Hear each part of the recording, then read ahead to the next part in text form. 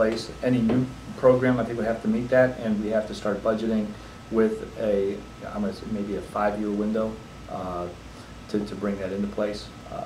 Things like reserve funds and how you fund your pension, and things like, I mean, huge problems at the state. You have to start somewhere, and I would expect that has to be part of any next administration. This budget crisis is the result of a three-headed monster: the legislature plus the governor. The governor, we know, will be changed. Can you, as a governor, work with the current leaders in the General Assembly to create something that moves this government forward and cuts costs and lowers the deficit? Or do we need leadership, new leadership all around? I would hope that in the best interest of good governance, both parties bring new leadership, just new blood in. I think it's going to be more important to work with constituencies within the legislature than the leadership. If they want to come on board, that's fine, but I'm not looking that I have to appease. Obviously, you can't get too far without leadership of the major party. But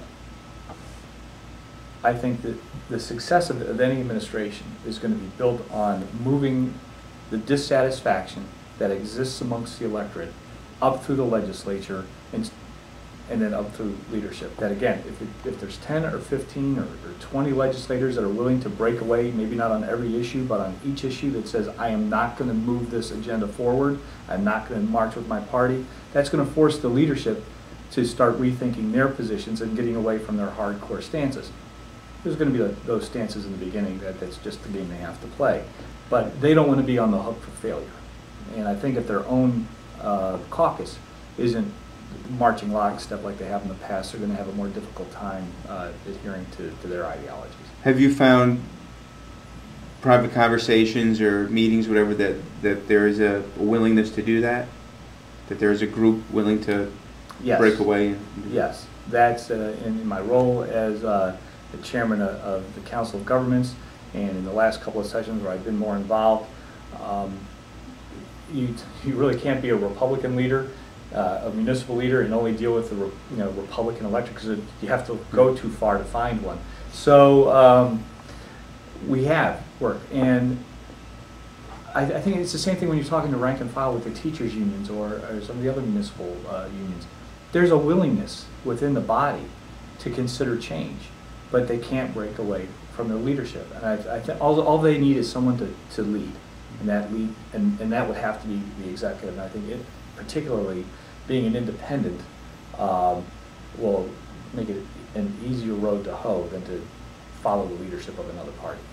We've talked about dollars cut and the need to do that, but there's also a need in this area to spend dollars, starting with the tourism industry, which is $1 right now. Do you have a budget, a plan, an idea on how to emphasize tourism, which is a huge driver of the economy in this area? Yeah, to leave the staff in place, I guess, was a good thing, and then to give them $1 to work with was, I guess, just convoluted on how the current administration legislature works. But I know Dan has put out that he wants $15 million. I'm not going to say that I want $15 million.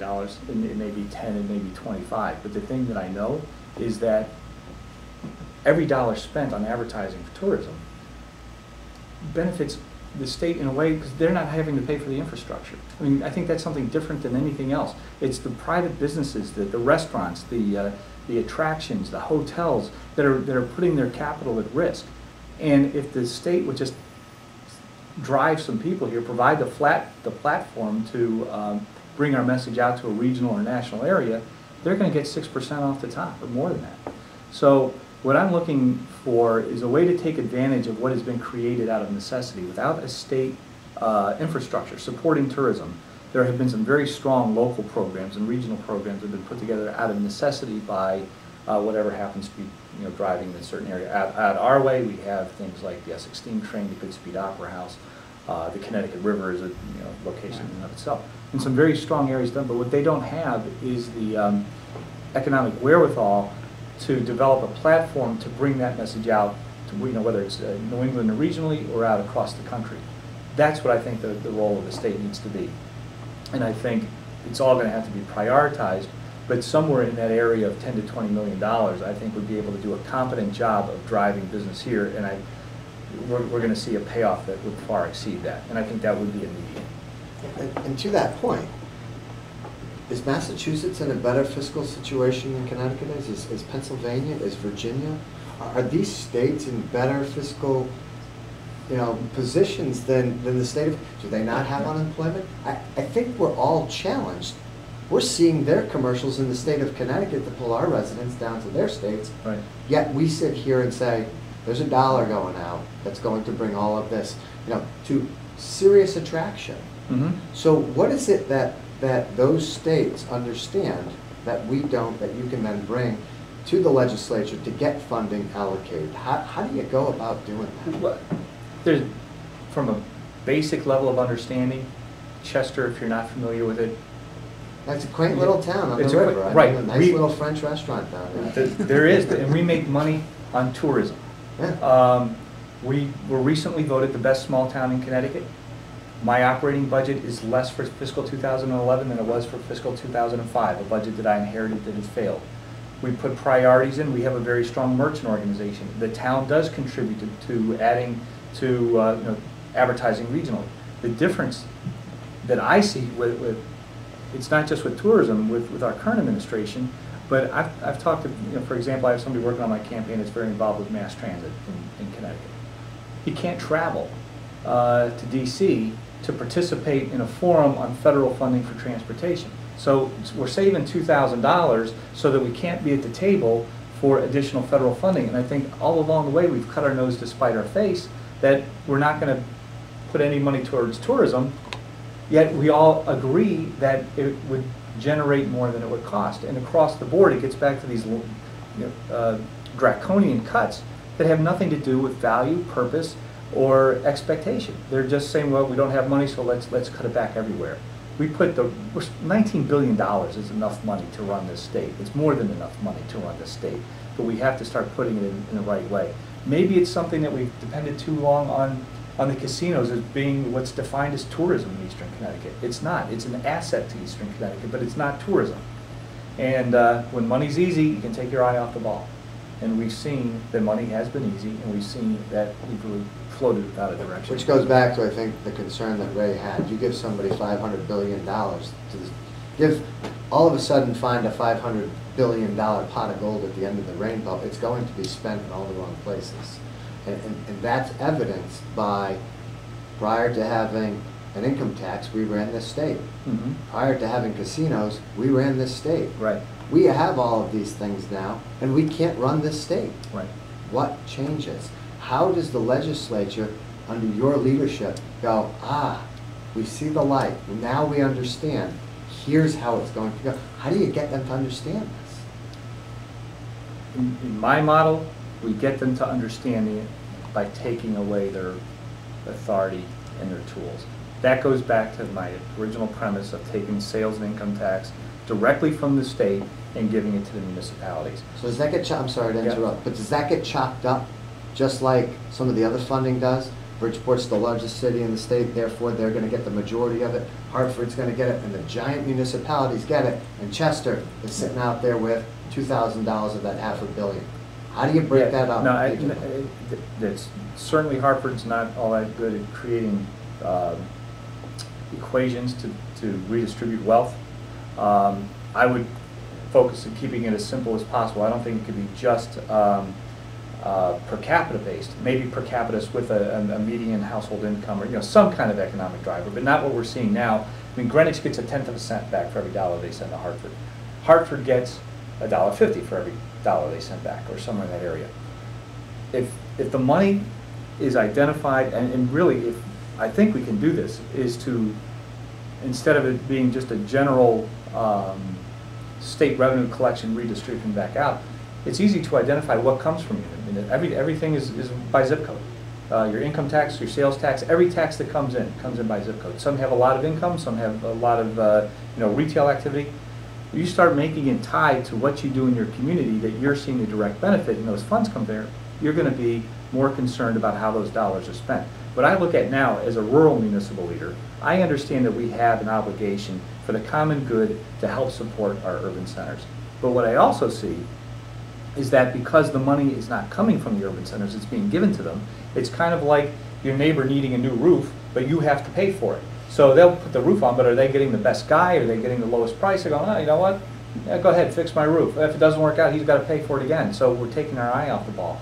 And that's why putting more money directly in the hands of the municipalities where they have some skin in the game to be effective with it, I think we're going to see a more effective use of resources. It is going to be difficult to come up with that formula, but I think the basic premise of not using the legislature as the means of redistributing whatever income comes in, we're going to put it down at the lower levels where there's going to be a stronger demand for fiscal conservatism.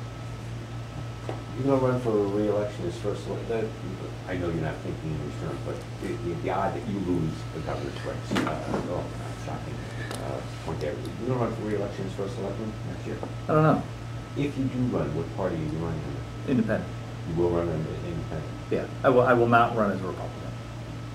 And that's kind of a commitment that goes to the independent party. They've done a lot of work for me. We collected over 11,000 signatures to get me on the ballot.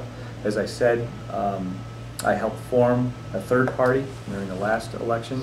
I probably would have run with that party had we had a change in we have a board of selectmen of 3. The 2 sitting members chose not to run.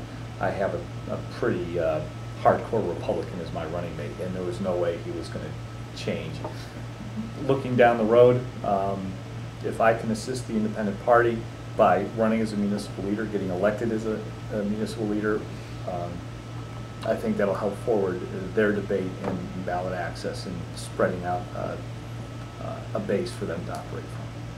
And my final question for you is, although you have been invited to some forums to talk about your candidacy, you're not being invited to them all. Right. So, particularly, you're not going up to some of the big shows, Yep. the TV exposure things. Is this still worth it? I mean, even though you know you're not going to get that platform, that opportunity to show the difference between what you have to offer and what the parties have to offer? It is still worth it. I mean, from the beginning, I certainly didn't think it was going to be late September and I was even still going to be in the debate. I think looking historically, getting away from the big name independent candidates, there had never been any inclusion in any forum. So I've been invited to 11, 3 have been canceled, so I'm still invited to 8. There's 5 or 6, whatever, 7 weeks left. So there is a platform.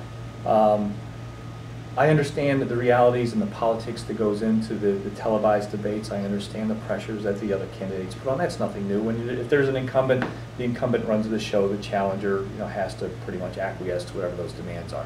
What I'm hoping, though, is we have shown progress.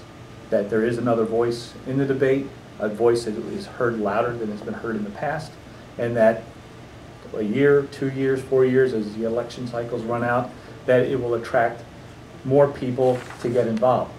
If 42% of the electorate is unaffiliated, it's not because somebody else took them away. They left of their own volition to go to nowhere. If what I'm doing now helps them have a voice and motivates them to get engaged in their government, it's all worthwhile. Anything that we didn't ask or final thoughts? Well, for those who don't know me, just my website's marsh2010.com. I'll be blatant and right out there with that and send me money. But after that, that's I think we've covered things. Okay. Thank you for spending some time with us, and thank you for watching, and we hope you come back and watch the debate, the discussions when all the candidates are up on the webpage so that you can compare and contrast them. We will actually be back in about an hour or so with yet another independent candidate, John Marston, who's running for U.S. Senate under the Connecticut for Lieberman party ticket. So we'll see you in about an hour. Thanks.